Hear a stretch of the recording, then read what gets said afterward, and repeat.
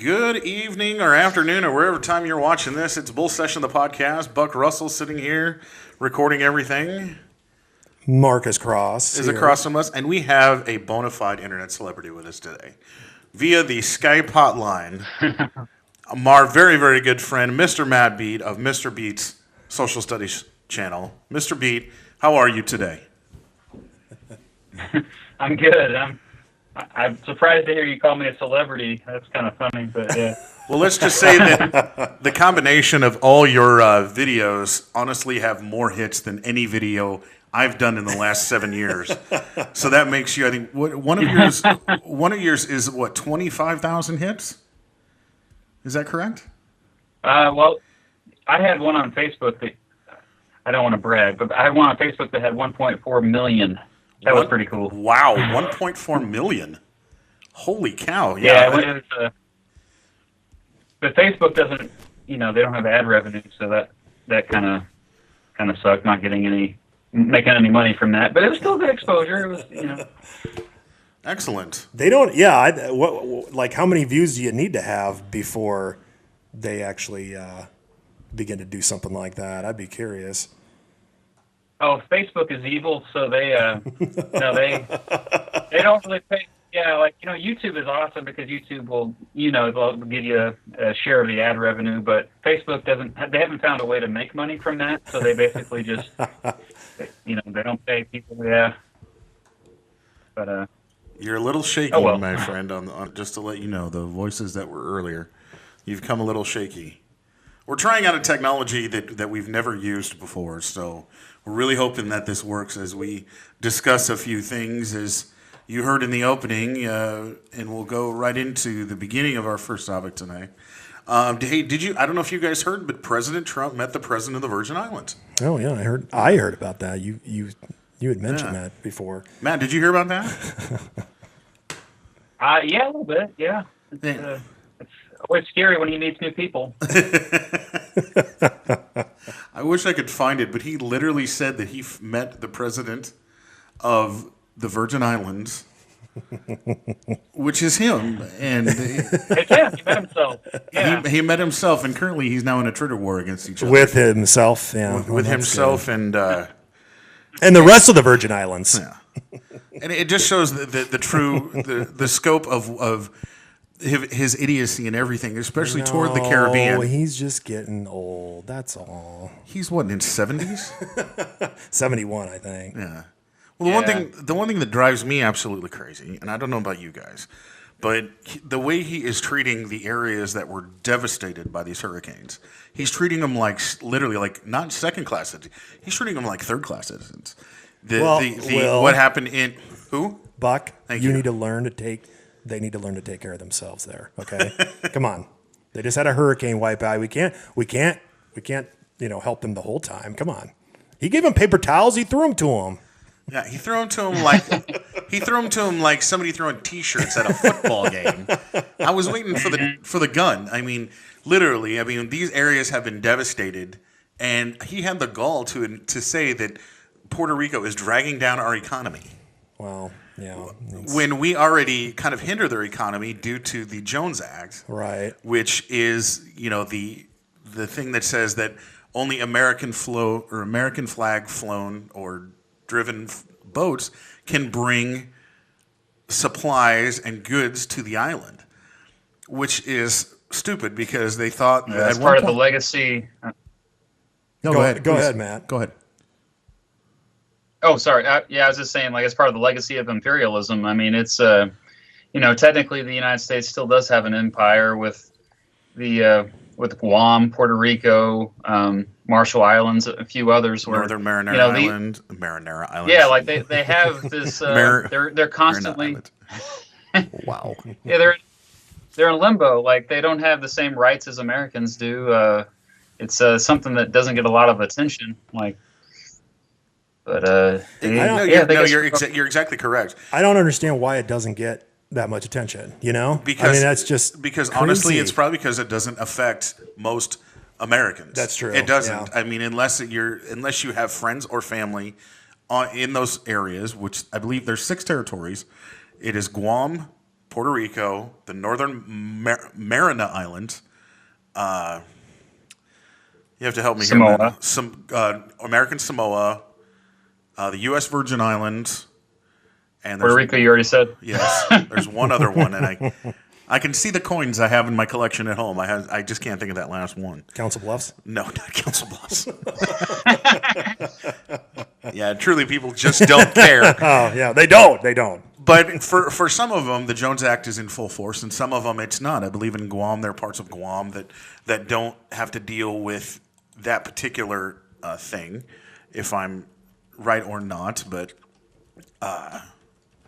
Well, yeah, they don't get votes. That's a huge. that exactly that is that's another thing is none of them, all of them have non-voting governors or non-voting attendance into Congress.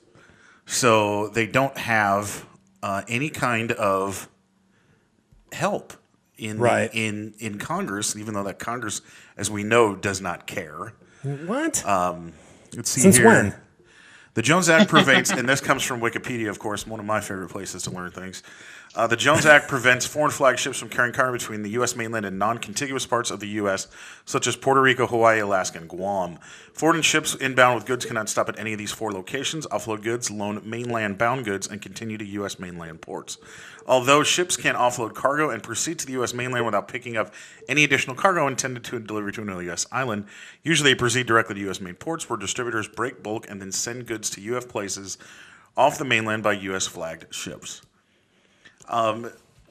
Which I understand, I believe some of the provisions behind this, and Matt, you could probably back me up because you are way smarter than I am, is that mostly this was because of they wanted to make sure that the merchant marine was strong and steady and that there was no way that anyone could get any of these U.S. controlled areas could be basically helped by an outside party to where maybe that outside party could maybe do something to sabotage the U.S. interests in those places. I mean, that's what they officially say, and so you got that part right. But I think it's just really about control. I mean, let's be honest here. Like, you know, it doesn't make any economic sense. It's not saving any money. It's not. There's no logistical sense. Like, it's just. I think they just need to come out and say, no, this is a way that we can control, like, better control our possessions. Mm-hmm. And 120 years after getting them. Exactly. You know, the Jones Act, or it's also known as the Merchant Marine Act of 1920, passed during the 65th Congress on effective June 5th, 1920, as I see here on my computer screen. But it's just, it makes no sense. And then to quote unquote help these areas, the Trump administration suspended the Jones Act, not for a month, not for 2 months, but for a week. Aww. Really, for a week? That's enough to get their shit together. Come on. Please, I can't.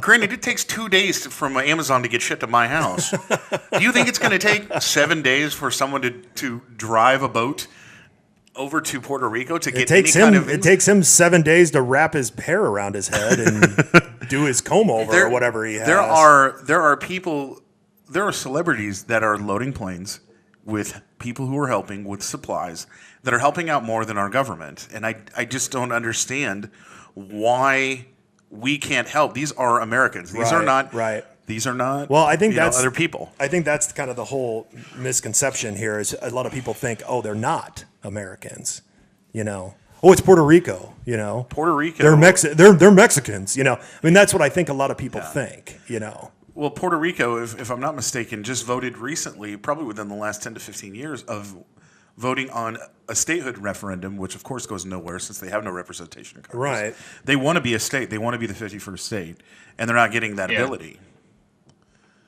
Yeah, that's right. That last year they was it last year referendum. Yeah, I believe.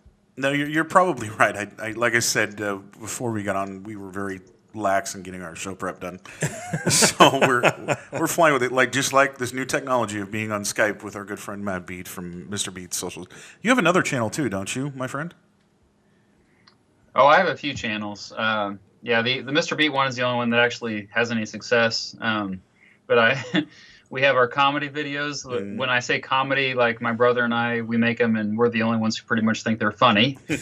And then there's the Electric Needle Room channel, which is our band, and obviously my daughter has a YouTube channel. So she does. Lydia That's right, she does. Yes, I forgot. Every now and then I see a post of that. I forgot. Yeah, she's trying to outdo me. That 6-year-old. She's already getting more subscribers. She's getting more hits. How many? How many subscribers does she have? Oh, I think it's like 30 or something like that. I think that's still more than this channel will have. Camera Side Media. Hey, don't put down don't put that down. Come on, you gotta think positively. I do think positively, and that's we do this every week.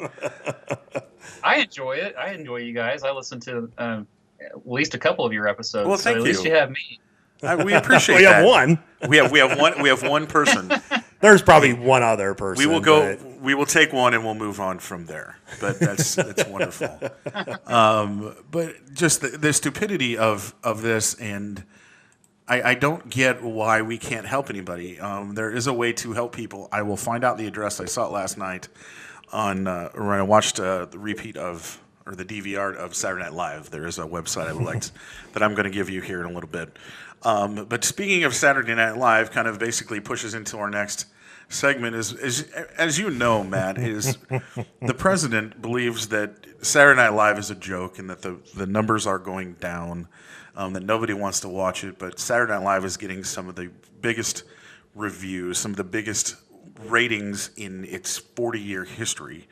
41 years, I believe it is. No, wait.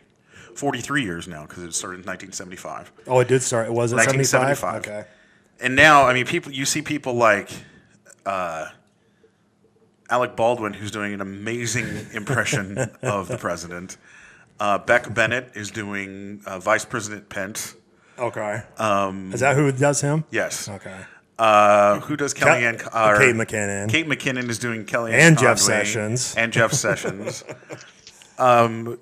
Matt, being somewhat of an internet celebrity as you are, what do you approach this like when you see something like that from your point of view?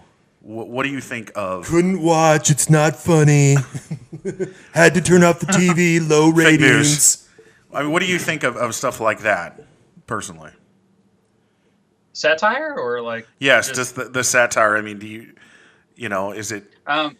I got a question, Matt. Do you think, and I guess this could apply to all three of us, do you think Saturday Night Live, for instance, just them as an example, just because they've been doing it more, it seems like, do you think they've gone more for the jugular with Trump, or do you think they've done this with all presidents, or do you think it's more personal with Trump? I think it's more personal with Trump. I do too. Yeah. Yeah. I mean, you look at not just Saturday Night Live, but Jimmy Kimmel or Stephen Colbert. Yep. Colbert, especially Colbert. The Daily Show. I mean, even Jimmy Fallon. Like, even though it's more innocent, like they all. Mm-hmm. I mean, for one, it's so easy to make fun of him. Like, it is. There's lots of potential for laughs, and I mean, just because he's kind of a entertaining president anyway. You can say what you want here, man. You can say you can call him an entertaining jagoff. It's cool. Yeah, no, like I mean, there are just so many opportunities, and I think it's the combination of the fact that he's legitimately bad, like he's unprecedented, like it makes no qualms about it, yeah, and doesn't try to hide that really. I mean, but combined with his personality, like because he was a common punchline before he became, or he entered politics. He was, years ago, he was always somebody that, you can make fun. Like Bill Maher always used to make fun of him. Oh yeah. Like that's why he got sued. Yeah. Bill With the orangutan joke and his yeah. dad being the orangutan. Exactly. So. I think one of the greatest jokes was, I think it was the Daily Show or Stephen Colbert. Did a kind of a throwback to Quantum Leap. I don't know if you remember the show Quantum Leap, Matt. Mm-hmm. I do. Yeah. There's an episode where Sam talks to a quote unquote young Donald Trump, I don't think I saw that. I will find it for you during a break if I can. But he's, it's basically telling him don't run for president, what forever. And he sees him. He's a cab driver in New York City, and he happens to run into a young Donald Trump and pushes him to become a greater person. Well, he's trying to talk him out of it now, and it's pretty funny. So if you get the opportunity, just look up. I think it's Stephen Colbert, Quantum Leap. Okay. If you look at it, you can find it.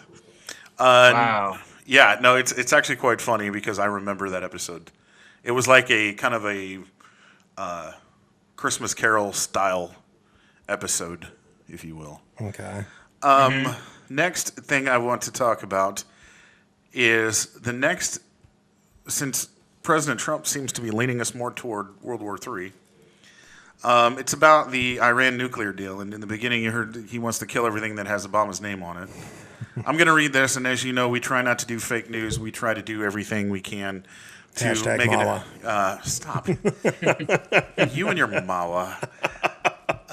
This comes from NPR, which is our favorite news people to quote.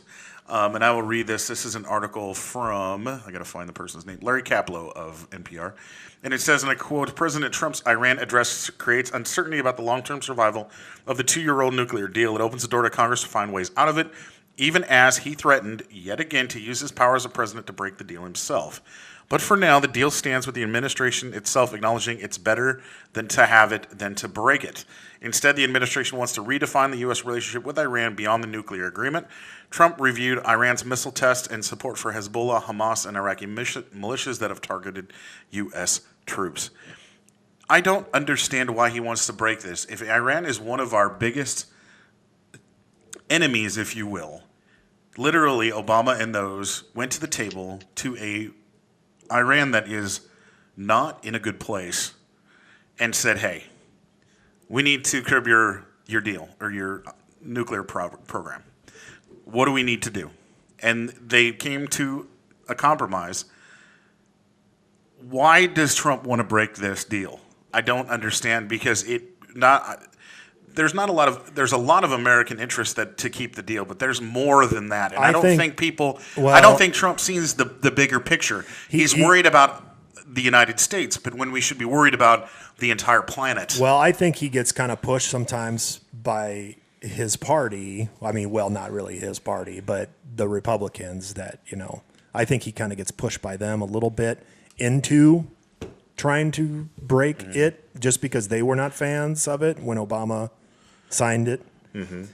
I don't know. I think he's just trying to undo it just because he can, and he thinks, okay, well, this was just another thing that I got to get rid of Obama's. I think a lot of it is some of their peer pressure too. I think it's kind of a combination of both those things.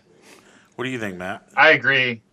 Yeah, I agree with you. I think it's mostly he just wants to undo what Obama did. I mean, yeah, he doesn't even probably know a whole lot about the original deal of 2015. He probably couldn't even tell a reporter what was the deal that they made. Like, he probably had no idea. All he knows is that Obama did it, so he wants to undo it. Same with Obamacare. He's like, I don't even care how we do it, even if it's worse. Just do it. We'll be getting to that definitely real soon. But it just, he one of the things is he wants to, there's supposed to be a 3-month check back. And I remember reading somewhere, Matt and Marcus, that literally he doesn't want to do the 3-month checks. It's like, it seems like it's such a burden on him and the American people to do these checks with Iran every 3 months. I believe it's the UN Nuclear Commission or whatever that's called. For them to do these checks every 3 months, it's like it's a burden. It's like this has the backing of the UN, which it should. Right. Why? At one point in time, and I'm kind of sidestepping onto another ring. He said that he wants to build the U.S. arsenal, the U.S. nuclear arsenal, back to pre-1960. Yeah, and then he said he said whoever covered that was BS. That he didn't say that. Why would the U.S. Because there is I believe there's 4,000 nuclear warheads now, 4,000 or 6,000 nuclear warheads, and he wanted to build it up. He said he wanted to build it up, but then 1960 when levels, this story came out, he was denied over it. 16,000, if I remember correctly. I mean, is there a reason why we need to have all these nuclear warheads? I No. think there is. Matt just said it perfectly. No, there's Okay, no. well, people forget that in the 1980s, Ronald Reagan and Gorbachev, they both were talking about getting rid of all the nukes in the world. Like Reagan was a fan of, and he was adamant about this. Let's get rid of all the nukes. And so, really, after the United States became the lone superpower after the Cold War ended, I mean, steadily that has changed. The national opinion has been more and more like, no, we're fine with the number of nukes we have, and Right. no, maybe we should have more. And because if you were to ask most Americans, I think they would be okay with the current supply of nukes that we have, even though it's ridiculous when you look at how many thousands. Well, I mean, I think the biggest fear though is that we don't know, and this is kind of scary, but there may be some that are unaccounted for. Yeah. So, like the former Soviet Union, there was basically, there might be. There are some nukes that may not be accounted for currently. Like we don't know where they're at. So that's a scary thing. So what do you do about that? Like, I mean, you can't obviously get rid of all the nukes when there's possibly a rogue nuke out there somewhere. And then another thing that we keep forgetting, when we talk about Iran, is that Pakistan has nukes. Yeah. India has nukes. Yes. Yep. I mean, Israel does. I mean, Pakistan that's scary to me that they have nukes. I mean, I think it's scary. But they have I'm terrified that the U.S. has nukes sometimes. especially, Well, I am right now, Well, but- especially in this now that North Korea has basically started thumping their chest. Yeah, with this dick pissing contest No, between these two. this is literally a micro penis measuring contest. Who's got the smaller dick? Who's got the bigger micro penis? Because North Korea has basically said, "Hey, guess what? We have nukes, and we can Fat reach, man and little boy.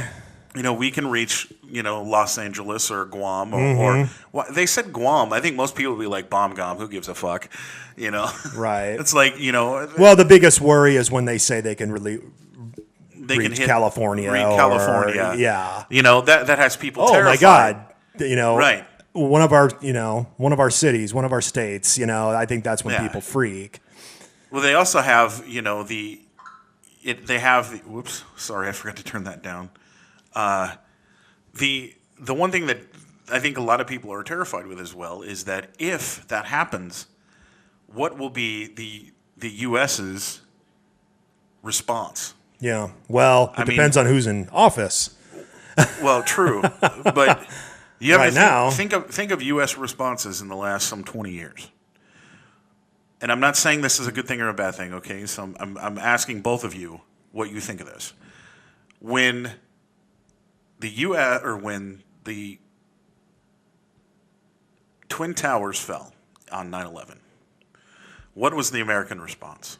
Immediately, it was basically, let's go to Afghanistan and get these people out of here. Revenge. Yeah. Revenge. it was fear. Yes, it was fear, exactly. There's more fear now, I think, in the last 20 years. Well, probably the last 15 to 20 Probably. years, I would say. I would probably say that. Yeah. Than there has been, because if you remember, Matt, how old are you again? I apologize, I don't recall. Oh, 35. Okay, you're 35, I'm 40, you're 41. Marcus is 41. We all remember when we would have we still had nuclear drills in the 80s. We still had, the possibility of a Russian nuclear fallout. Well, the Russians were all seen as the big enemy. Then literally we had Russians, thermonuclear war, and smog. That was really like the three scariest things when I was a kid. I mean, I'm assuming that would be the same for you, Matt. Well, we're probably I would assume they would be about the same level as you. I mean, one of my earliest memories of historical events was the Berlin Wall coming down, and so I never really had that kind of probably same fear like that you guys, because you had just a few years on me, but it was growing up in the 90s. I don't think there was any fear at all. Well, I remember it was in 8th grade, I believe it was which would have been about 89, 90, right around then, was the first Iraq War. Was Desert Storm, and wasn't that 91? 90? It was somewhere. Wasn't in the first Gulf War 91? something like that. It was in that time, but I Yeah. know I was in 8th grade, and that was the first conflict that was ever televised live on television. It was on CNN, and we watched it in class. So you got to think this was 1991. Right. No one had ever seen anything like that to that scope on television till we saw it then. Vietnam, they didn't show that Not on TV? live. Not they showed it on television, but not live. I mean, this was Okay. live television. There were Yeah. people standing on rooftops, and you just see flashes of light. Right. In the background. Well, I remember seeing it all. You know, I just didn't. To the, I thought that they had done that before. not live, and this was the first time it was to a mainstream audience. Okay. So now you have that, and then it was, I won't say revenge or retaliation then, but it was a good amount of, hey, was it something that we needed to do, or was it? Were we doing it for oil interest? That will be on everybody's mind. It will Right. be debated by historians and idiots like ourselves Well, for all time. I think, and you brought up a good point, Matt. In the '90s, it was. You're right about that. There was hardly, nobody was afraid, of anything, and it just seemed like when you were watching that, when you're pointing that out, we're watching this live, but we're seeing all these, just flashes Yeah. of bombings. Like, oh, this is easy. We just Yeah. went in and just took out everybody. It's Yeah. good. We're good. There's no war here. It's just It would never happen to it's us. it's the U.S. just going over and not even sending. I mean, to us, we were like, oh, we're not even sending ground troops. It's just like boom, boom, boom, boom, boom. They're done. We're good. So we can. I mean, that's kind of I think where you saw that and you just don't see the. And then There wasn't any fear for us. Like when in the 80s and stuff, it was like, oh my God, Russia can shoot a nuclear Right. missile to us, we and were kill us all. We were still in the middle of the Cold War. Right. We still had the chance of something like that happening until Gorbachev became the Russian premier, and I think it was, oh God, when did he become the Russian premier? Matt, you might be able to help me with this. 86, I think. I think Pretty sure it was 86, maybe 85. But I'm not very good at I have to look stuff up all the time. So I'm it's okay. trying to find it right now because I don't think I spelled his name right. Here we go.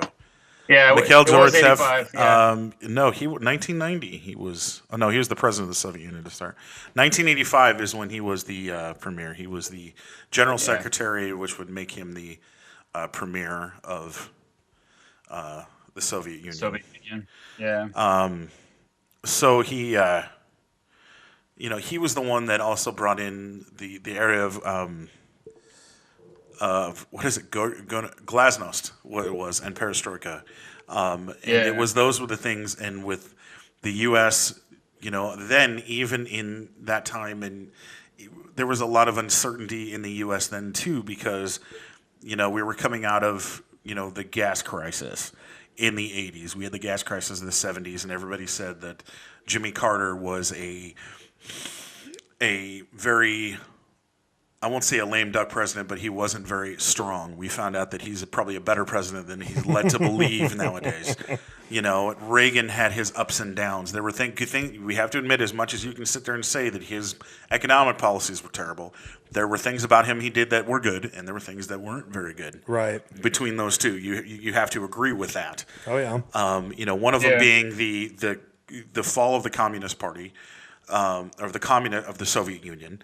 And a part of that has to be with, Mikhail Gorbachev and all that. So then you have that, and at that time, the world kind of was in a holding pattern.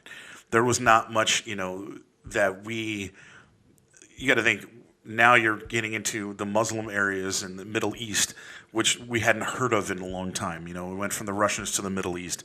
Now we have these guys to deal with. Well, I think And that we kind of had- all started in the 80s when Russia, Russia Afghanistan, invaded Afghanistan, but exactly. And we didn't really seem like we paid that we much paid attention because the United States armed the Taliban. Well, I know that, but kind of created enemies, there We were frenemies there for a ourselves, bit, but- so and it was there a period of time. Then you get into 9/11, which nobody could honestly consider that would ever happen on U.S. soil, and the response that we get is pretty pretty rough. And there was a point in time where I was like, are we going to break out the nukes? I think that question was on people's minds when you have something like that happen. You know, and there were people saying, that were splitting up, they're like, we should just bomb the Middle East. We should just wipe them off the face of the planet. Well, and, yeah, but the problem though is that we didn't have one country that took responsibility. We had a person who took responsibility, exactly. or a rogue organization, which it wasn't just one country. They're all over the world. I mean, Al Qaeda. I mean, and then not only that, like, where do we go to? Even though most of the hijackers were from Saudi Arabia, where do we go? We go to Afghanistan because that's where the Taliban is. That's where they gave safe harbor and trained Al Qaeda. But it's like what we were given a blank check after 9/11. I mean, we're still fighting that war. I mean, it's I tell my kids, we just bombed. Like I always kind of bring up, we bombed Syria last night, or we bombed Yemen yesterday. Haven't you heard? Like, we're at war right now, and they don't realize it because we've been getting revenge on 9/11 since 9/11 nonstop. The authorization for use of military force that gave a blank check to the president to just basically attack anywhere you want to in the name of trying to get those responsible for 9/11. Yeah, bring justice for the. You know what's funny about that? Go ahead. I'm sorry.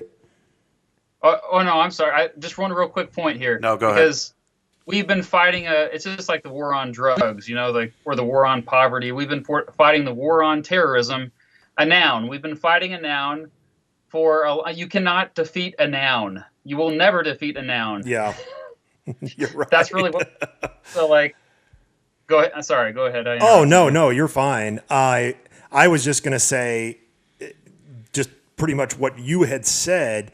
I remember when obviously we all remember when 9/11 happened. Guy at my work, everybody was like kind of freaking out about what was going to take place now as far as like military action. And one of the guys that I used to work with, he had been in the military and now he was out for a long time. And I think he was out long enough to where he couldn't be called back in. He's like, mark my words.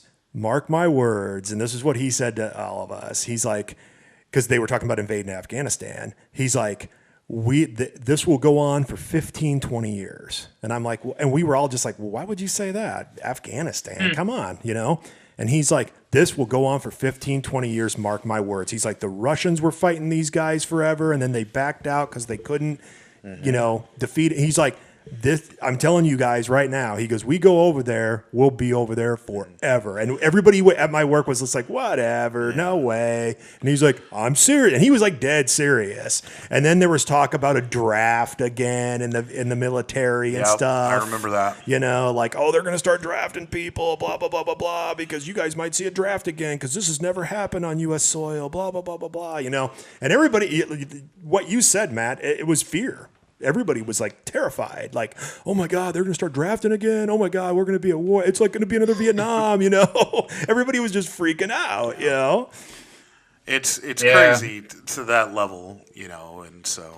But it's funny because it was like we were all like, oh, whatever, Afghanistan, please, that'll be over within a week or two, And it's like, and he was like, this guy, it was like, no, trust me, there's no way, We're just like, okay, whatever, And look, here we are. How many years later? 16 years later. Matt, once again, Bull Session Podcast, Buck Russell, Marcus Cross, and our very special guest, internet celebrity Matt Beat. And he sits there and laughs when I say that to him, but he's more of an internet celebrity than I am. So I'm giving him that credit. Either one of us. Yeah. Well, the only internet celebrity I have is, that one video I made. No, I can't tell you about that. Is that a porno? Just shut up. Anyway. You're not supposed to be putting those on YouTube. No, but... porn, maybe, not YouTube. I want to take a step back and talk about Mr. Matt Beat's channel, Mr. Beat's Social Studies class. And Matt, can you tell us a little about that internet channel? Because it is actually a really good... resource for anyone that is teaching social studies. So can you tell us a little about that, please? Sure, yeah. Thank you for the kind words, first of all. But I've been making videos for, since college, and then my first degree was in journalism, and I started out in TV and radio, and like that's how, Will and I know each other, because I got back into radio when I went back to school. They call me Buck now, but I appreciate it. Thank you. Oh gosh, sorry, Buck. Yeah, sorry. Yeah, Buck That's Russell okay. and I got at Mav Radio, and so that when I went back to school, I don't mean to pause you or anything, but can you believe it? It has been Mav Radio has been running almost successfully for now 11 years since we did it. awesome. Did you, so To you some knew level. I mean, you knew Sarge and everything, right? Then Matt.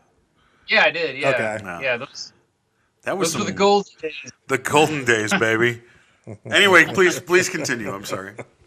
Yeah, I was gonna say. So I went back to school there to become a teacher, and so this is actually teaching is a third career for me, actually. But around the same time when I was student teaching, when I was trying to find good videos to show my students, and I just couldn't find them. Like, they were bored out of their minds from Ken Burns, and so I was like, I knew I didn't want to show them that. And then finally one day I was just like, I'm just going to make my own video here because I can't find a good one online. And it happened to be about the Compromise of 1850, which was a pretty mundane topic anyway. So, my brother helped me out like I always con him into helping me out. And then that was the first educational video I ever made. And that was in 2009. But it wasn't until a few years later that I started actually posting more regularly. And I realized that people other than my students were actually watching them. And so like I have mostly American history videos on my channel, but I also have a lot of music. So I have songs about all the presidents. I was just about to mention that. I was going to say this man has created a song for every single standing president. Have you done one for Trump yet? No, I wait until the term is over with. So when his term's up in a few months, I'll go ahead and make his song. See, so you're like the Treasury. You can't make a coin until they're gone 2 years, until they're dead 2 years. That's right. So you wait to the end of the thing, because literally, and you can find them, they are some really, really good songs. My favorite song is Grover Cleveland of all time. That is just got a good beat behind it. It is my favorite one of them all. That it just has kind of a neat little beat behind it, and but it's extremely talented because you're doing something that people don't understand, because talking about history, and talking about the presidents in that way. And if you watch his channel, he has some very interesting things. You also do a lot on Supreme Court briefs, and I've been actually watching those recently, and been seeing some really interesting stuff that I didn't know anything about. There was one on that was recent. I think within the last month you posted about the 7 words you can't say on television. The George Carlin thing. I can't remember the name of the case off the top of my head. And then the one you did recently, and it has to deal with talking about something that we've discussed on this program before. The kneeling. Is the kneeling in the NFL, and which this would be similar. And what was it? The West Virginia School District versus Barnett. Is that correct? West Virginia's. West Virginia State School Board versus Barnett. That was actually there was 2 Supreme Court cases that I covered in that episode. I couldn't remember the first one it was, but I know the second one I remembered. Minersville versus Gobitis, but they both happened in the 1940s. And the reason why I made that episode is because of what's going on right now with the people freaking out about people kneeling during the national anthem. And I was like, oh, this is a good opportunity for this, because it was really just a 1 minute quick overview of the cases. It was about Jehovah's Witnesses, they still do this. They've been in the news recently, but they do not. It's against their religion to salute anything other than God. So it's like I thought it was pledge allegiance to something else other than God or something of that nature. I know they can't. They're not allowed to eat blood. Yeah. From an animal, so they have to have their steaks cooked well done. And being in the service industry, I know that one. They're not allowed to take blood from another person or transfusions because that's unnatural. But one of the points you made on that video was they literally were, in the same way that NFL players now are, were basically targeted for not pledging allegiance to the flag. Right. Like this was during World War II, actually right before the United States got involved with World War II was the Myersville decision. And so what was happening in Nazi Germany, as you guys know already, is that, you had to salute the Nazi flag when it was waved in front of you, and if you didn't, then you would be sent to a concentration camp. And so Jehovah's Witnesses were being sent to concentration camps in Germany for not doing this, and that inspired American Jehovah's Witnesses to do the same. Like, well, yeah, why should we salute this flag? So, and so they had their kids sit down during the Pledge of Allegiance at school, even though there were laws that actually said that all kids and teachers, all students and teachers have to say the Pledge of Allegiance. And so they fought it. The families fought it. And the other thing that really surprised me during the research of this was that these families were persecuted. Like, not only that, some of them were lynched for not doing the Pledge of Allegiance. In they had their the houses 20th century, you don't think you'd hear that word. Yeah, I did not know that. Neither did I, and that's what made this particular one extremely amazing, that someone would actually lynch someone in the 20th century, mind you. Right. Because that's something you hear about Jim Crow South and stuff like that. And that's one of the things that made this so interesting. The things that you're doing online, my friend, are amazing. And we appreciate that you're trying to educate children. The children definitely need more education. They need that. They need to have some type of, and it's appreciated. I always said if I became I'm sorry, go ahead.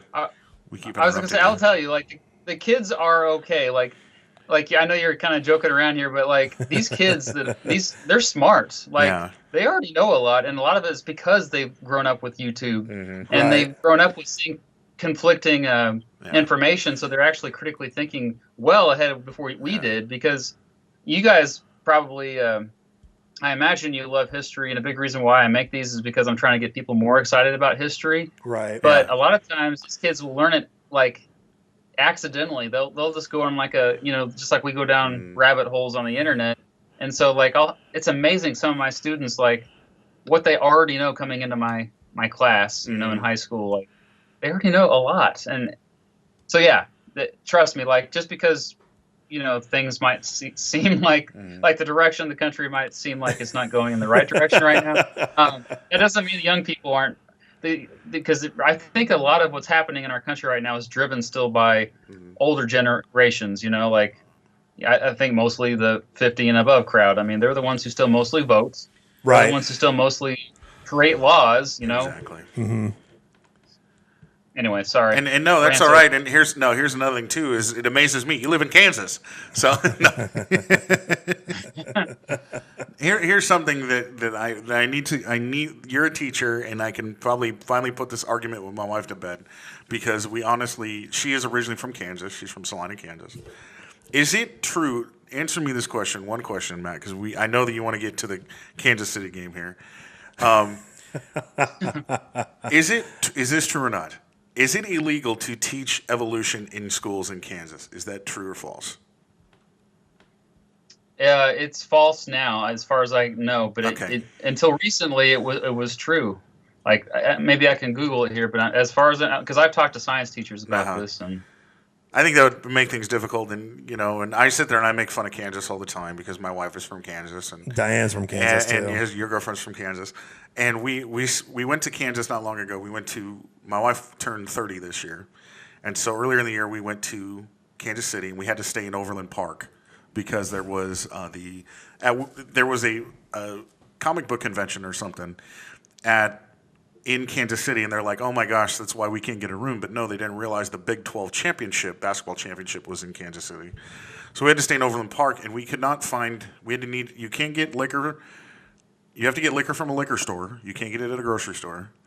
And the cutoff time is 10 o'clock. To me, that's crazy in Kansas. When you can get it till 1 o'clock here in Nebraska. We were dry longer than any other state. Yeah, Kansas was dry. It was just recent that these laws have actually changed, too, from what my understanding. Yeah, well, I remember, I think, what was it, 2000 I think I was in college. Early 2000s is when they finally said you could sell alcohol on Sundays. Wow. So that was a change. Oh, my God. Yeah. Well, the bars are open there till 4, though, aren't they? It's 2 o'clock. Oh, it is 2. 2 o'clock. Okay. Yeah. Yeah, you can't sell past 10, but you can go to a bar and get drunk and drive home after then. But Hey Matt, we've got one thing we want to do, and then we'll let you go. It's one thing that we try to lighten the mood up of the program, and it's the box office. And would you mind sticking around for that? Because maybe you can help us a little bit. I don't know if you've seen any of these movies or you go to movies a lot, my friend.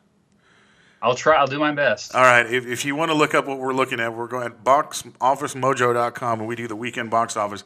Normally I have a little sound effect, but I'm currently using one of my tablets here and the other one's at home because we're doing it at a different location. So this is the box office numbers for the week.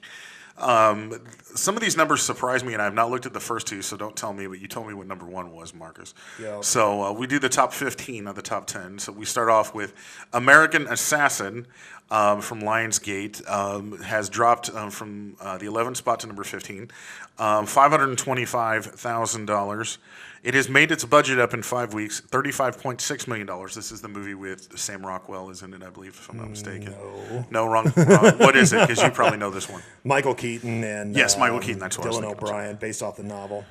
A bunch of novels. $33 million budget made $35.6 million. Number 14, I have never heard of this. Matt, I don't know if you've heard of this one. Professor Marston and the Wonder Women.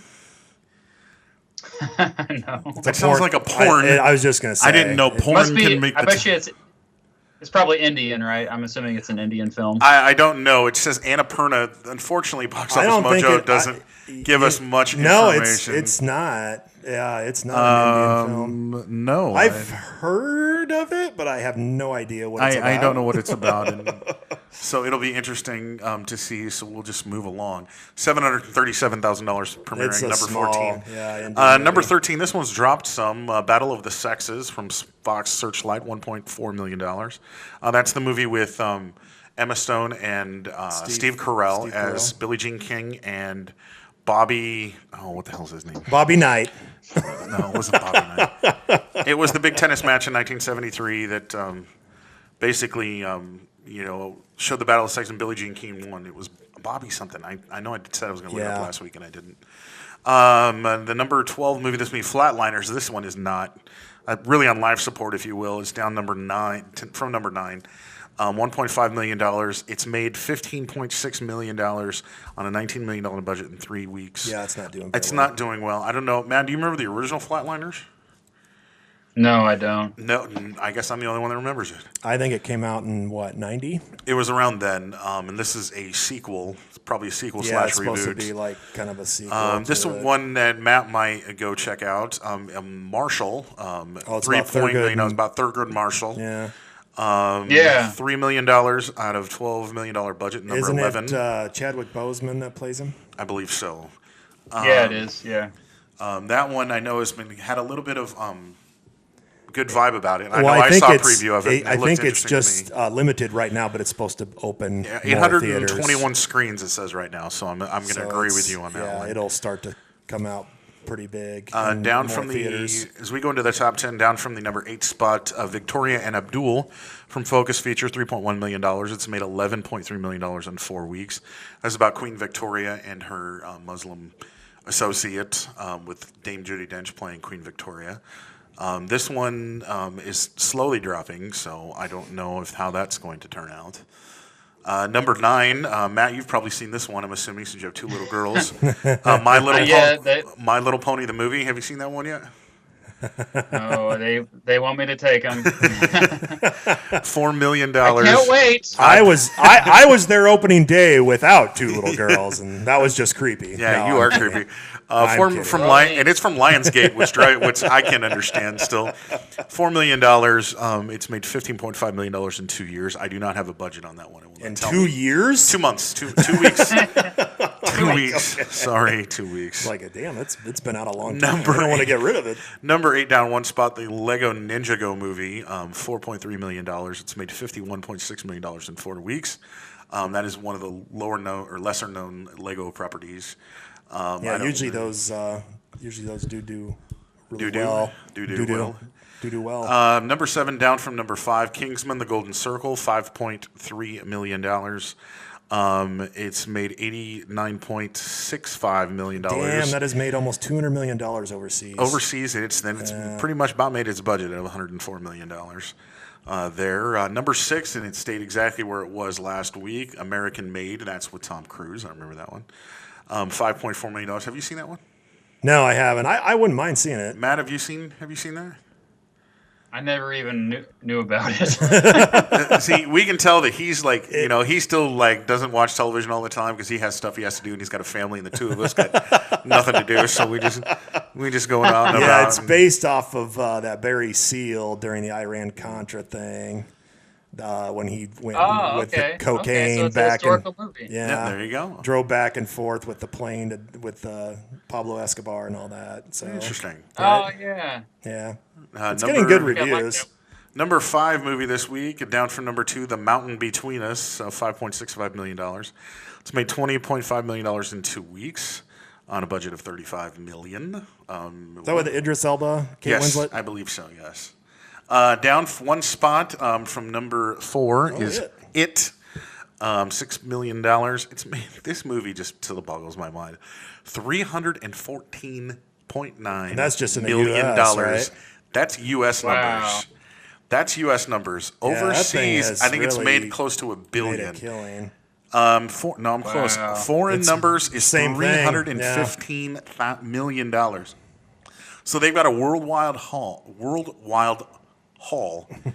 I cannot talk today. Total numbers is $630.6 million on a $35 million budget. I can call that a blockbuster. Yeah, that's made By far. a shit ton of money. And if anyone actually saw Saturday Night Live this week, they made a really funny video of it with Kate McKinnon. Kate doing McKinnon as Kellyanne Kellyanne Conway as Pennywise. Kelly Wise, the Kelly clown, Wise. and I believe Beck Bennett was being Anderson Cooper.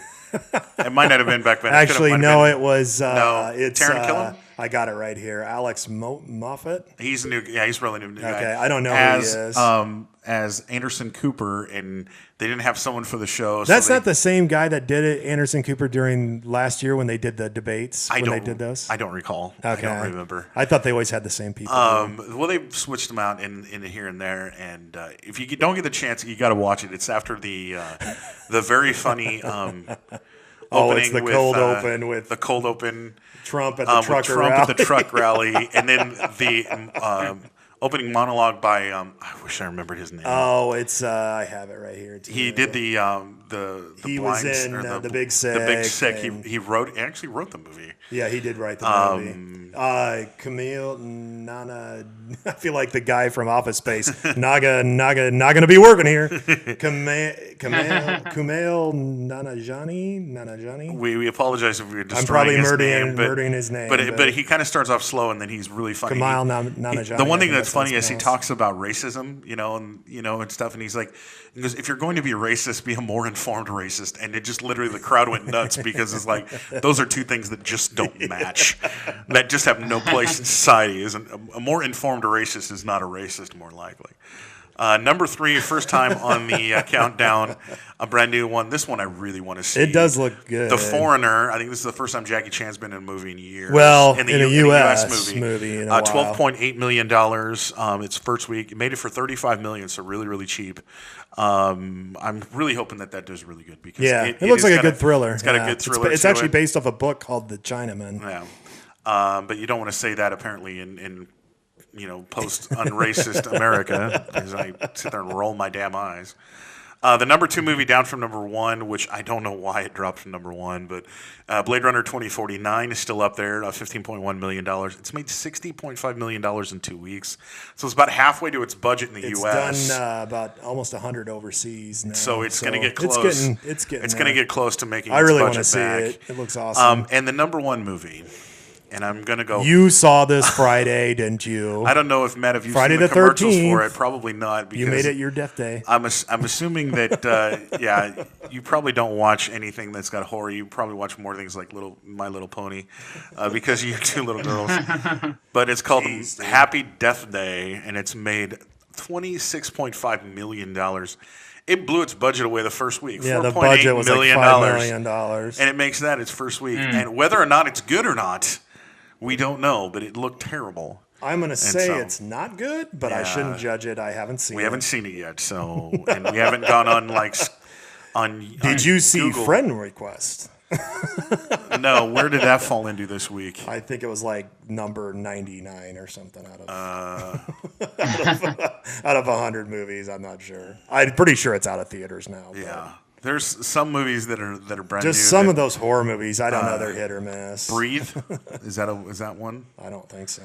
Yeah.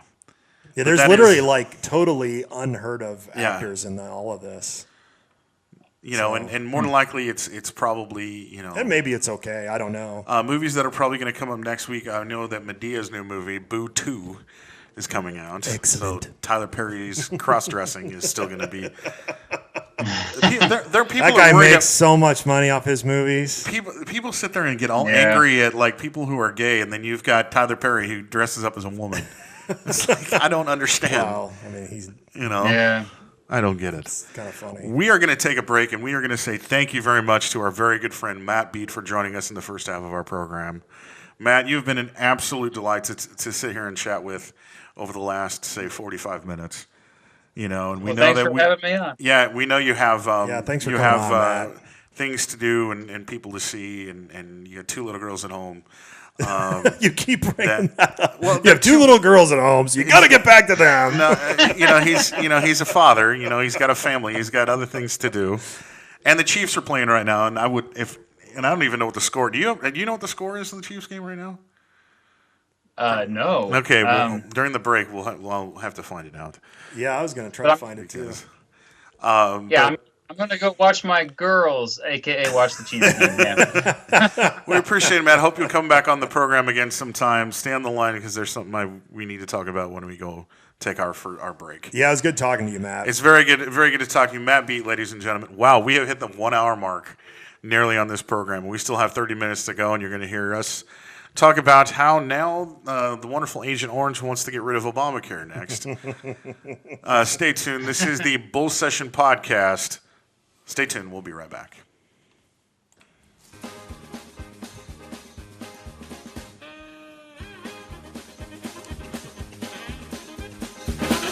There we go. Now people can hear it. If you heard that, this is the sound we wanted to listen to during the Nebraska game last night. And pretty much anytime Trump makes a speech. Yeah, pretty much, yeah. That is Yakety Sax, the theme from the Benny Hill Show. Bull Session Podcast, we're back. Once again, want to thank our good friend Matt Beat from Mr. Beat Social Studies Mr. Channel. Beat. Appreciate you being on the program, my friend, and hope to hear from you very, very soon. Always someone we can always rely on to get some good things. And I forgot to bring Very this good up. info. He probably one of his most popular videos is they actually said why Kansas City, Missouri, and Kansas City, Kansas are named the way they are. And that one, I is remember one of his, watching that. It's actually Yeah. one of the bigger responses that he has with his channel. So get the chance to look at it, That's Mr. cool. Beats. Social I remember Studies he channel. he explains everything in a just a really clear cut way, and he does it with entertainment too. Yeah. So, and I think that was what he was saying. and all the music that he he does. doesn't. He wants it to be entertaining, and that Right. was kind of what he said to Entertaining draw and- people yeah. into just the history of the state and why it's called that, and yeah. So definitely take a look at it if you Get a chance to look at it and he was always a great guest, and we hope to have him on the program again another time. Bull Session Podcast, Buck Russell here Marcus Cross. is sitting across from me. We're here, and not a bad show so far. I'm We- across from you. Well, we have, as we move along in our 90-minute podcast, and we appreciate for anyone that listens, from NPR, Danielle Kurzelben and Scott Newman both have decided to tell us about what we already knew about Agent Orange, was that the Trump administration to end Obamacare subsidies for the poor. And once again, in the beginning, I did say Trump decides anything with Obama's name on it must go. And that is, gosh, I do not know how to spell. So let us read on, my friends, once again from NPR. The Trump administration said Thursday they would end the Affordable Care Act's cost-sharing reduction payments designed to help low-income Americans get health care. Not paying the subsidies, health care experts have warned, could set the health insurance exchanges into turmoil. The payments, which started under the Obama administration, has been continued by President Trump, despite his strong opposition to the ACA, also known as Obamacare. But the subsidies have never been funded by Congress, and the White House on Thursday said that because there was no appropriation for it, quote, the government cannot lawfully make the cost-sharing reduction payments, unquote. Then this is the sentence that I've heard, and this makes absolutely no sense. Quote, the bailout of insurance companies through this unlawful payments is another example how the previous administration abused taxpayer dollars and skirted the law to prop up a broken system, the White House said in a statement. The bailout of insurance companies? We bailed out the car companies back in the day because the automobile industry was in the hole. They paid us back. They paid all the money that the Obama administration gave them, paid them back 100-fold. I'm sorry, but the insurance companies don't need a bailout. No, this was never anything to the insurance companies. This was something. The insurance companies are the reason that we're in this fucking mess with the health care. Okay, I don't know. You don't have. Me and my wife both have to get insurance on the exchanges. Right. The insurance that we got for this year, which I'm telling you right now, those are listening, the open enrollment of the exchanges starts November 1st. So make sure you get on the exchanges. If you're in the state of Nebraska, you only have one health carrier, so you're pretty well fucked. But anyways, we pay $300 and some dollars. I think it's $380 a month for health care. $380 a month. Okay. For the insurance. Right. We got a tax break on that. It would have been $620 a month. Okay. It should not cost us $620 a month. Fuck no. Okay. The business That's not affordable. The insurance companies only care, like, literally, if you're 18, your payments will be $10. Yeah. But the older you get, the more they charge you. Well, guess what? That is a system that doesn't seem right. No. Because everybody gets old. Okay. Well, my father-in-law, and I don't know if this is correct, but my father-in-law and her stepmother. Point when we talked about this before, there shouldn't be insurance on when we're all going to die someday. Why do we need insurance on that when we are basically the inevitable is going to happen someday? Right. No, I agree with you. So there shouldn't be fucking insurance on that. There's, health Healthcare insurance, is healthcare a right. should be something that Is a we right. need to. Okay. Not before a there privilege. was insurance and before there were vaccines and everything, people died. Okay. Yep. We all know this. People died. The health expectancy or the life expectancy, of a person in the 1900s was extremely low. Then medicines came out and everything, and it became higher. It just boggles my mind. Yeah, it's pretty ridiculous. Of Look at another article. I'm sorry. I should have pressed pause, but here it is. The life expectancy between 1950 and the 1950s and now. All right. 19 in the world. The life expectancy in the world from the UN Okay. in 1950 to 1955 was 47 years old. Oh my God. 47. At birth by region in the world, 47. In Africa was 38. Oh my God. The more developed regions, like the United States, Right. was 67. Okay. Okay.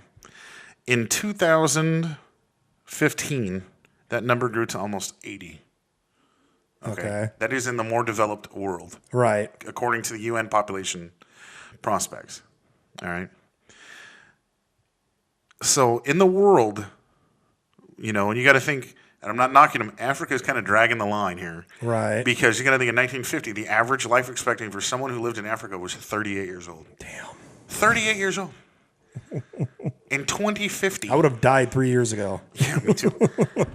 In 2050, that number doesn't go up very much higher. It goes up to almost 70. For the more developed regions of the world, in 1950, it was about 65 to 67 years old from what I see on this graph. Okay. In 2050, that will raise to above 80. So life expectancy is growing because Yeah. people are getting more healthy, Right. which is great. But you Yeah. have to think is how do we stay healthy? Not everybody has great immune systems. No. People That's get definitely sick. for sure. If you get a cold, you need insurance to go, or you have the flu, you Yes, need of insurance course. to go in there because it costs. Well, I can't. Almost every year, I get a sinus infection, and I take Flonase and I take Yeah. Zyrtec to kind of keep my allergies at bay. But if You have pretty decent allergies. Worse if than I mine. let it go, I'll get a sinus infection.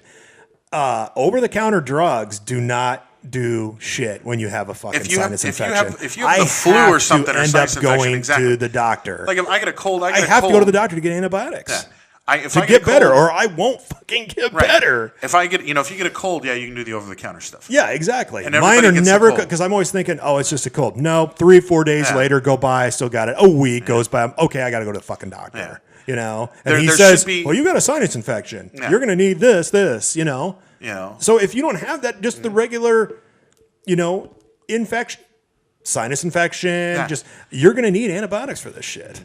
You're going to Another have thing, to go to the too, doctor. Is that as we sit there and talk about stuff like this, once again, I said that my wife and I pay near $400 a month for health insurance. What does that cover? Mind you, not a goddamn thing. Right. If I go to the urgent care, it's like $10. Yeah. Urgent care, $10. If I go to see a doctor, like my primary care doctor, it costs me, it's part of my deductible. Okay. My deductible is $4,000 a person. Oh my God.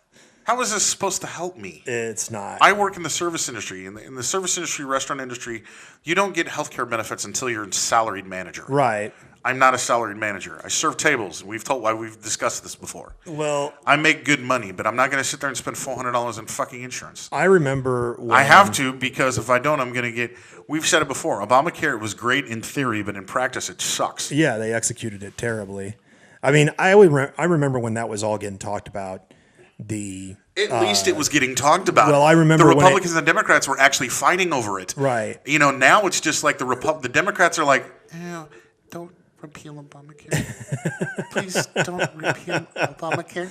And then you got the Republicans going, we're going to get rid of Obamacare. Yeah. And then you have Agent 70th Orange. time is the charm. And then you got Agent Orange going, yes, we're going to get rid of. Oh, we're going to get rid of Obamacare. We're going to have the best because healthcare system We're going to have the best system ever. just And- like my hair. And The best ever. we're going to send people to a great place called Mar-a-Lago that will help them out and heal them because it has the fountain of youth. And, come on. Literally, back then, the Democrats had a backbone to where they would actually stand up for what they believed in. Now, Well, it seems that a lot they're of them are outnu- sitting there going, granted, they're outnumbered, but they're sitting there. And then they had a lot more of them, power just because of the president, and they also had control of the Senate. Well, not only that is even when you're down, even when they were down, the Republicans argued. When they were down Oh, during yeah. The Obama's, Republicans will always push their shit. why are the Democrats being Because literally they're too don't- fucking nice. They need to stop being Democrats so are, fucking the nice. Democrats are literally being like, I don't repeal Obamacare. Yeah, they need to stop. Well, They're whispering. They're not the lion that they should be. Well, I remember when the Affordable Care Act came out, or when they were talking about bringing it out, Yeah. and the Republicans' argument with it was basically just get a get a good job, go get a good job, and you will have health care insurance. You go work for a decent company or just a decent job. They were basically Yeah. saying that wasn't their exact words, but they were basically saying in so many words, go get a decent job Yeah. where they will provide health insurance. I work for a fucking company that employs millions of fucking people, and our health insurance is fucking shit. Yeah. So that is not a good Also, solution. Another thing too is when this all came about. That is not a fucking good solution. Our healthcare was shit 10 fucking Yeah. years ago before this was going on. When- So as it's ye- as shit. many That is years- not a good solution. Just have a decent job, and it'll work itself out. No, it fucking won't. Healthcare is unaffordable right now Well, to here's the another thing, average too, American. It is unaffordable. I worked for a national People cannot restaurant pay chain. their fucking bills for this shit, and they're dying because of that. I worked for a national restaurant chain 10 years ago. I'm Right. not going to mention any names here. I'm not trying to get in trouble. But it was a very popular national restaurant chain. And they did have benefits for part-time employees. Now, you got to Okay. think, when you're serving tables and you're getting part-time benefits is amazing Yeah. because not a lot of places had it. Mm-hmm.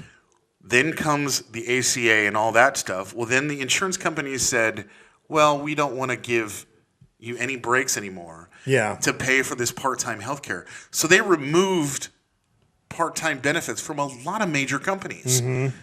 And that literally, it wasn't, honest to God, it was not the greatest insurance in the world, but I could go see a doctor and it wasn't going to cost me an arm and a leg. Exactly. I could get medications and it wasn't going to cost me an arm and Yes. a leg. It wasn't like, oh my God, I'm going through cancer diagnosis and I'm getting chemo. No, this was literally insurance a la carte to where, you know. Just the basics. Right. And I smoked back then, you know, so, you know, they didn't even have the smoking requirement, I think, where you have to pay $20 more or $100 more a month, you know, because you smoked. But it was a lot better than now. There are companies that don't give that part-time benefit. I work for a mom and pop place now. I work for a very local company now that literally employs no more than 50 people. Right. Between their 3 restaurants, no more than 50 people. So they obviously don't have to offer benefits, which I don't blame them. It's too damn expensive to do it. They offer it to their managers, to their salary people. And, you know, the break that I know they get is decent, but it's nothing to shake a stick at. It's not gigantic, and I can understand why. You know, they get away with more thing, and I'm not saying this in a negative light, please. It's just that when you have that few employees nowadays, you can get away with a lot more. And it pains me that they're national chains. Yeah. You know, especially in my field, the field that you're in. Right. You know, you have more of a thing to where. Well, yeah, when there's more employees, you would think they would get a better discount. They get a better discount. On health, but somebody's pocketing that shit. But somebody's not allowing that to happen. But then you have, you know, why can't, I mean, you know, in the company. there are great insurance companies out there. Why can't you get that one? Well, it's too expensive. Right. You just made $4 million. Right. Why is it so the fucking fuck can I expensive? have good? And I'm not saying that for where I work. Where I work, I understand because none of us are all making a great amount of money. Right. You know, it's a relatively brand new company. The owners are really, really good to all of us. Treats us extremely well. You know, so I don't blame them at all. But it's places like where you work and other restaurant industries that I work. You know, there are places greed where, has a lot to do with it too. Why is it that the CEO makes $4 million a year? But yet someone who is the lowest line employee, say making $35,000 a year, right? Why can't they get a good health insurance? You know, but no, it costs too much. You know what? You'd be better off having here's a great way where it's not going to cost so much, okay? Is that if you keep your employees healthy, then that's going to be less money that's going to go against your insurance. Right. So I don't think people see that. People think especially people like me that are on the exchanges. When you're not paying them shit and they have to eat fucking ramen and beans every meal, that's not healthy. Here's another thing is, you know, you have people like me that's on the exchanges. I make a living. I make a good living. My wife makes a good living. She owns her own business. Right there, we have 2 strikes against us because because you're not paying. Because, you know, we don't have that ability to get benefits. So why is it that someone that's trying to make their way in life cannot get that kind of help from our own fucking government? Yeah. The government is more worried. This wonderful tax plan, which will move nicely into this tax plan that Trump and the idiots in the Republican Party have decided is an absolute fucking joke. You're not going to get me on this one. These idiots have decided, you know what? They want to repeal health care for the lowest amount. They want to cut Medicare. I have my father, 77 years old, is on Medicare. He's threatening to lose his pension from a company he worked very hard for 25 years when he was younger. Exactly. Yeah. We do not. There's 2 things we don't take care of in this company. No, I take that back. There are 3 things we don't care of in this country. We don't take care of our veterans, that boggles my fucking mind. We don't take care of the elderly. That's bullshit because I was watching Fox News the other day, and they said the Republican Party takes care of our veterans. Okay, I'm trying to be sarcastic. I can give you 3 instances. No, we do not surprised. take care of our fucking veterans in this country. We don't take care of our elderly. Nope. We could give 2 shits about that. And number three, we don't care about our children. It seems Yeah. like that more because when, more people are worried about the then and now than they are about anything else. They're worried more about themselves than anyone else. Yeah. And Well- when it comes to that, I have to say this. Their parents raised you to be the person you are. And unfortunately, sometimes those people became are assholes. And you know what? Those assholes need to step up and take care of their parents. Then secondly, the assholes that don't take care of our veterans who are paid, even though they're volunteering, they are paid to protect us and from all enemies, foreign and domestic. They literally need our help. And then the children, it seems like we just don't care. We don't want to give them subsidized school lunches. We don't want to give them somewhat of a strong education Right. to where they can be the better person so they don't turn into the next reality television idiot that's going to turn into the next president of the United States. What's wrong with orange housewives from orange sphincters that Trump? Did you ever hear about that chick, the Cash Me Outside chick? No. 14 years old. She appears on Dr. Phil. She's on The Apprentice. She No. go to Trump University? Probably. 14 years old. She basically disrespects her mom on television. And what do? They sign her to a fucking record show, contract yeah. and a fucking reality show. Oh my God. How does that show you Well, it what shows kind kids, of a it human shows- being is it this person going shows to be? Kids run the show and parents don't have any fucking say. And that's not right. That's bullshit. It is When bullshit. I was growing up, I was afraid of my I was fucking- afraid of your dad. I was afraid of my When I dad. first If met we him, did you- something bad, it was, oh shit, Dad's going to find out about this. And I was kind of afraid of my mom sometimes when she would get pissed. I was afraid of my father. My father never laid But it one was just hand like on we me. My mother weren't- beat the shit out of me. They weren't our friends. And I'm not saying that a bad thing. That's I was- what I mean. They I weren't was- our yeah. friends when we were Right. growing up. They were our parents. If we do something bad, they're going to punish us. Right. And I don't think they have that nowadays. No, don't. they're like their buddy. They want to be their buddy. Right. And the one You thing I know? can't stand, once again, working in the restaurant industry, is when you sit there and you see a family will come in. You have three kinds of families that will come into a restaurant. Number one, you have the family that will sit there and they'll talk to their kids and they'll interact with their kids and actually say, what do you, I bring them a drink. I'm not expecting a thank you. What do the parents go? What do you say? And they go, thank you. Thank you. You get that one. That's number one. Then you get number two. You get the parents that are sitting there playing on their damn phones, and the kids are just Doing the fucking same thing. throwing So there's shit, no- throwing silverware there's everywhere. no interaction. There's no interaction. The kids just doing whatever the hell they want, and they're like, "Oh, they're just being kids." I'm looking on Facebook playing frickin' Candy Crush, and then you have family number three, which is when all of them, Yeah. are on some type of electronic device. Oh, yeah. There's no. More than yeah. likely, they're tweeting or texting each other. It's like, why? What happened to the interaction? My wife and I have a rule: when we sit down and eat dinner, we go out to eat, or even at the kitchen table. Our phones are not anywhere near that table. Our phones are in our pockets. Yeah. We want to talk to each other. We want to know how the day. When we have kids, we're going to institute that policy. You don't want to pull the Kirk Van Houten and No. throw it on the. Everybody else got their phone out. No, I don't want to sit there and I don't want to sit there and I don't want to raise my kids in front of electronic devices. Wow. And my wife sits there kind of makes fun of me because I play video It's games helped still. and it's hindered us. It's more hindered us, I think, with children. Okay, here's the thing: is whenever I think it's hindered us. I think it's hindered us completely because a kid will sit there and start acting out, trying to get attention more than likely. And what do the parents do? The parents sit there and turn on that little device, and put on a cartoon. Oh, look, it's magic. The kid's gonna just pay attention to this. Oh my God, it's an amazing Yeah. thing. It's magic. And I think there is times when that can be helpful, but I think people rely on that way too much. They do. They rely on it way too much. They rely on the idiot box way too much. Yeah. And I'm not going to say that And I there's too deny much that. stuff on there that keeps kids just distracted. Right. I mean, even in my own family, it does. I've seen it, and I don't like it. Yeah. And I sit there and I catch myself on the phone all the time, watching something, to the point now where I'm considering literally getting off the grid, getting a flip phone again, because I don't want to be attached to all this stuff. Yeah. And I'm 40 years old, and I'm is I'm easy to attached. do. It's extremely simple. But wow, that was powerful 20 minutes as we sit there and get talking like that. We're going to take another break and finish off the program as we hit the last 10 minutes of our show. The Bull Session podcast with apparently I don't know how to talk. With Buck Russell and Marcus Cross. Stay tuned. We'll be right back.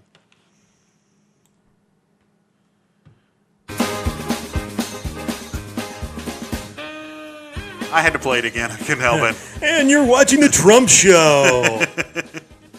That is Yakety Sax. You should play that every time somebody in his cabinet leaves. No, Because there's been like 12. no, but there's a great meme I sent you, or if you remember. It says every time the Loompa Loompa. every time a Trump party member gets fired, there should be an Oompa angel never gets his wings. An Oompa Loompa should come sing a song. Bull Session podcast. God, Buck Russell here. Marcus Cross is over there. What a good show. I think this has been one of the better ones we've done. It's been a good show. Once again, I want to thank our good friend Matt Beat from Mr. Beat's social studies channel, and he also does these great things, Supreme Court briefs. If you get the chance to watch them, it's really, really good. He always does some good stuff on there. So hopefully, we'll get the chance to talk to him again. He did a great job. Yeah. He's very knowledgeable. Very, very smart individual. I've known him for many, many years. Very glad a person I can call a friend. Hoping sometime that his band Electric Needle Room will come back to the Nebraska area. They were awesome to see. And be part of something that we can see them again. As we end our show, episode 8. I cannot believe we do this 8 episodes now. Wow. We will not be on next week. We'll be off next week. We've got something we have to do, so we'll be back in 2 weeks. You've got a rally to go to. That would be you. You and your mawa. Hey. Hashtag Mala. No. Hashtag we'll be, MAGA. If anyone got the opportunity to see that cold open from Saturday Night Live, there was a guy that literally had a MAGA hat. Did he? And he's like, now introducing the President of the United States, Donald Trump. And then you see Alec Baldwin come in there, and he doesn't even open his eyes anymore. He's just like, that and squinches his face up. It's just like, and it looks so funny. And Alex Baldwin does. I didn't think he was going to do as good as he has, but he's literally had a career restart. Yeah, he really has. With that, I mean, I think 30 Rock was really kind of the beginning, and then he steps that, and he also hosts a Match Game for ABC and does a really, really good job there. And so, I mean, he's really seeing a renaissance in his career, and I'm very happy for him. I think it's just funny because Trump gets angrier and angrier, I think, every time. No, I agree with you. And he sees it, and he's just pissed off. And all they do is feed Saturday Night Live material. When they sit there and say, well, he got pissed that Melissa McCarthy was doing Sean Spicer. So then, like, next week, they have Kate McKinnon come out as Jeff Sessions as Forrest Gump. And so it's just like, you guys realize you're just giving them material. The more you get pissed at them, the more they're just going to make fun of you. Yeah. Which is just really funny. And that's why he hates that Alec Baldwin does this and thinks he's not funny, because he does such a good imitation of him, and it's so close to his impression that it pisses him off, Can I also say how fucking fat Trump is getting? Speaking of healthcare, we need healthcare for him. Shit. Yeah. I mean, somebody who eats, hamburgers on top of their tacos, he's getting fucking fat. Yeah, he's not a small man anymore. I mean, he's never been thin, but damn. Yeah.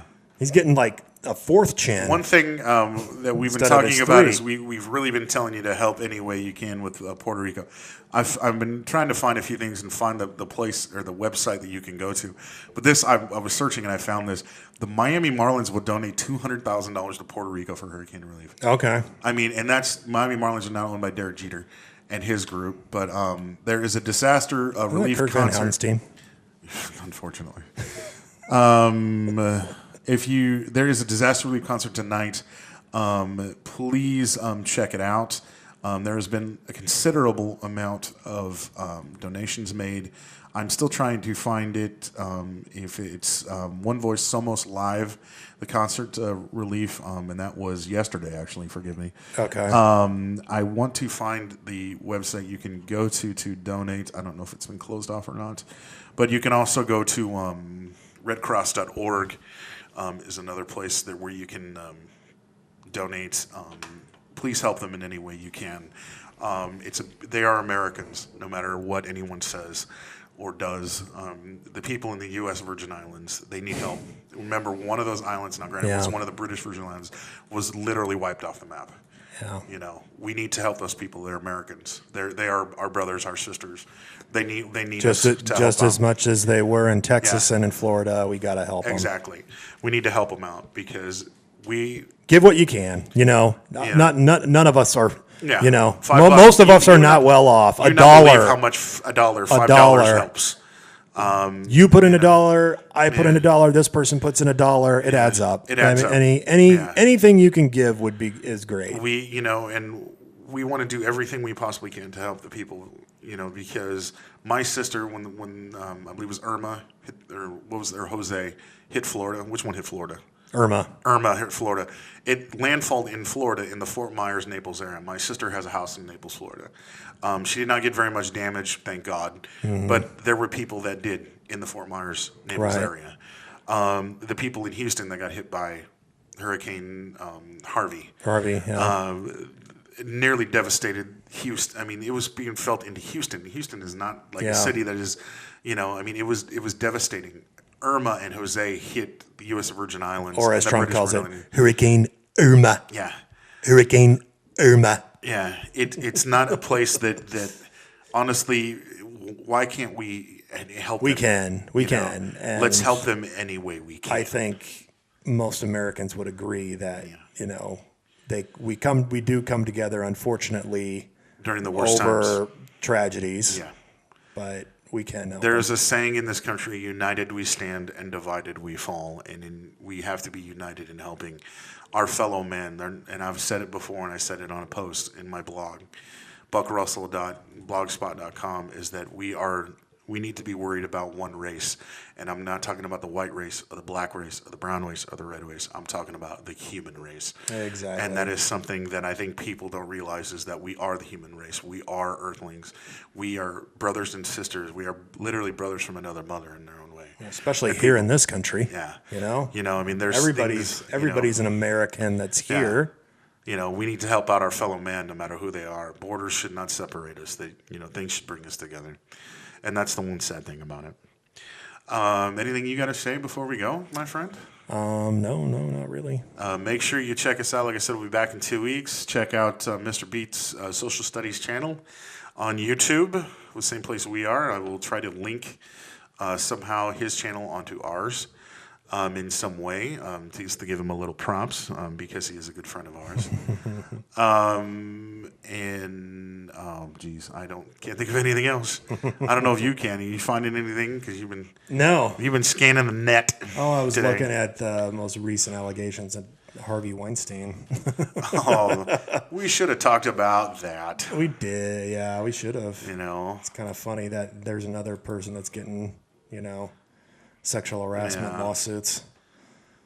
And he was not even working at Fox News. How many people at Fox News got him? I think there was like 10 of them. There's a lot. Yeah. Sean Hannity. There was that one dipshit, Eric Bolling, and then, of course, Mr. O'Reilly himself. Yeah, and no longer he's gone. Damn. And Bolling was suspended, too. Yeah. I'm just waiting now for the next shoe to drop and see who's next to be. You're fired! From the wonderful cabinet. Yeah. But hey, always a pleasure to see you guys and to talk to you guys, and hope you bullsession@kmsimedia.com is the email. Email us, and we'd love to hear from you and tell us how we're doing, and we will listen to you next time. From the Bull Session Podcast, I am Buck Russell. I'm Marcus Cross. Till we meet again, my friends. Good night. Peace out.